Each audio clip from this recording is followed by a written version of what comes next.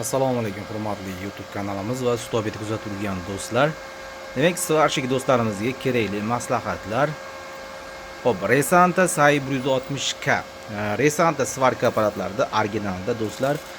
Videoda boshlashdan oldin bizning YouTube kanalimizga obuna bo'lib qo'yishingiz chiqmasin. Pastda qizil tugmacha bor. Kommentariyaga o'zi ishlatgan shunaqa svarka apparati nomini yozib qo'yinglar. Ko'pchilik savollar beradi. Sariq svet yonib qoldi deydi. Do'stlar, Resanta'ning originallarida ko'pincha напряжение past bo'lsa ham, напряжение baland bo'lsa ham shu перегрев yonib qoladi.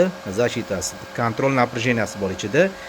Keyin mabodo apparat qiziydigan bo'lsa ham shunda ham перегрев yonib qoladi do'stlar. Shu narsaga e'tibor beraylik. Ko'pchilik past tokda shunaqa bo'lib qoldi deydi. Boshqa joyda ishlatib ko'rasiz, apparat ishlayveradi. Yoki ichida bir narsa kuysa ham shu narsa перегрев yonib qoladi. Напряжение pastligi yo balandligi, keyin zamekaniya bo'lganda ichida va o'sha batafsil aytib o'tdim. Shu zashitasi yonib qoladi.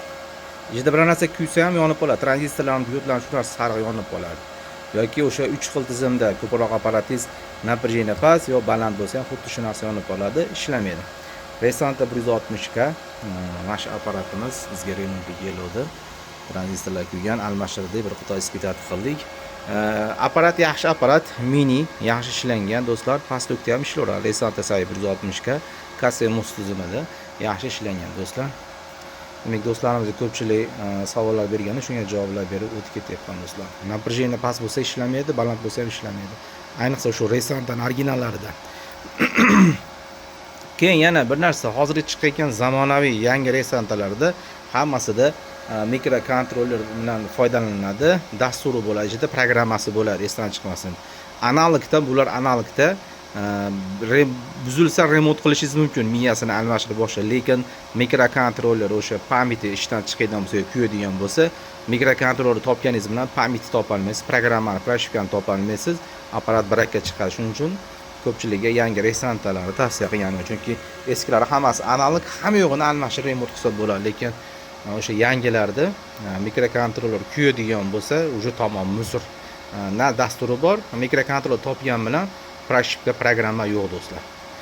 Demak, Stobet kuzatib turinglar, kerakli maslahatlar berib boramiz do'stlar. Hop, qancha tok berishlarini ko'rib qo'yamiz do'stlar. Podjig bor, yaxshi, mana podjiglari yaxshi past tokda ham. Mana yaxshiroq beryapti.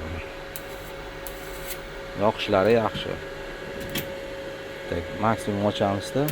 Beramiz bitta 100 amperdan ziyod. To'ppa-to'g'ri, chunki 60 amperlikdan ikkita tranzistor turib xolos 100 amper maksimum beryapti. Podjiglari zo'r.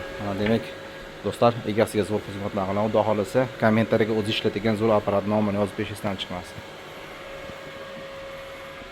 Ustaxonamizda remontlar davom etadi. Apparatni qanday ta'mirlash kerak, qanaqa tekshirish kerak, onlayn kurs ochganmiz. Kursimizga svarka apparat qiziqadiganlar, elektronikaga qiziqadiganlar bo'lsa, marhamat Telegramga murojaat qilinglar. Platniy ham yo'qda o'rgatilyapti do'stlar.